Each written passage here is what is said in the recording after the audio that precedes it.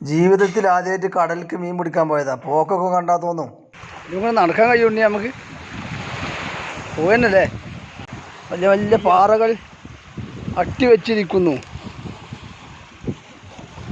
ഈ പാറ ഇവിടെ നിന്ന് ഇങ്ങോട്ടൊരു 5-6 അടി ഉയരണ്ട് കേട്ടോ. ഈ റോട്ടിൻ്റെ മേലെ നിന്ന് ഇങ്ങോട്ട് കണ്ടോ ഹൈറ്റ് വെച്ച് ഞങ്ങൾ അതിമ കയറിയിട്ട് ഇങ്ങനെ നടന്നു പോവാണ്. ഇവിടെ ആർക്കും വന്ന് ചൂണ്ടലിടാം, പക്ഷേ ഒരു കണ്ണാഞ്ചൂട്ടി പോലും കിട്ടൂല എന്ന് മാത്രം.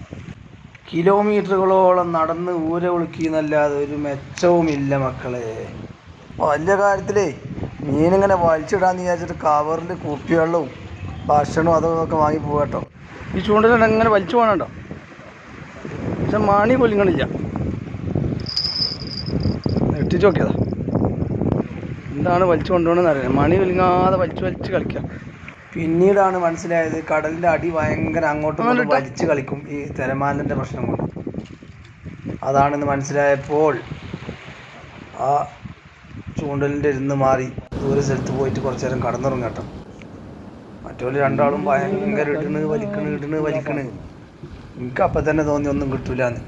ഞാനും വിചാരിച്ചു കടലാണല്ലോ നല്ല മുള്ളനോ ആകോലോ ഒക്കെ ഇങ്ങനെ വലിച്ചിങ്ങനെ ഇടാന്ന് വിചാരിച്ച് പോയതാ. ലാസ്റ്റ് പോയി കടന്നുറങ്ങി. വല ഇടലും എടുക്കലും കഴിഞ്ഞു. അവിടെ ആ മത്തി ഇങ്ങനെ ചാടിന് ആയിക്ക് കുടഞ്ഞിങ്ങനെ ഇടുകയാണ്. ആ ജീക്കണ്ട തോണിയിലേക്ക് ഇങ്ങനെ കുടഞ്ഞിടുക. ഇത് കണ്ടില്ലേ കടല് വെള്ളം ഇങ്ങോട്ട് അടിക്കാതൊക്കെയുള്ള എന്താ ഇതിൻ്റെ പേരെന്നറിയില്ല. വലിയ വലിയ ഉണ്ടാണ്ടില്ലേ ഇഷ്ടം പോലെ വെച്ചിക്കണ്. പാറ തേഞ്ഞിയില വേണം ആ ഭാഗത്തൊക്കെ പാറയാണ്. ഇവിടെ തൈ ഉണ്ട വെച്ചിക്കണം കേട്ടോ. സുഹൃത്തുക്കളെ, വൈകുന്നേരം ആകുമ്പോഴത്തേനൊരു പെട്ടി മീൻ പിടിക്കാനാണ് ആഗ്രഹം. എന്നാൽ ഈ നേരം വരെയായിട്ട് ഒന്നും കിട്ടിയിട്ടൊട്ടില്ല താനും. ഏതായാലും അരപ്പെട്ടി ഉണ്ടാവൂലേ?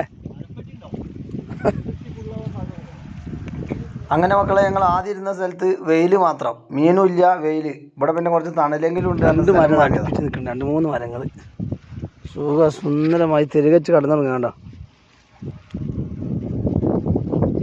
വലിയടാ ഉണ്ടോ. ഉണ്ണിയാണ് ഈ മീൻ പിടിക്കണത്. എൻ്റെ ഇടം വലം മീൻ പിടുത്തക്കാരാ.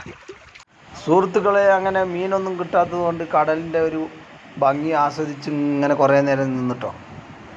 അങ്ങനെ നല്ല വെയിൽ കൊണ്ട് വൈകുന്നേരം വരെ ഇരുന്നിട്ട് ഒരു മീൻ പോലും കിട്ടാത്തത് കാരണം കടലിങ്ങനെ തിരയടിക്കണത് നല്ല രസമായിട്ട് തോന്നി. അങ്ങനെ അതങ്ങനെ നോക്കി നിന്ന് നാളെ ഞായറാഴ്ച കുറച്ച് ബോർഡിൻ്റെ ക്ലീനിങ്ങും കാര്യങ്ങളും ഉള്ളത് ഓർത്ത് എളിഭ്യരായി വീട്ടിലേക്ക് മടങ്ങി.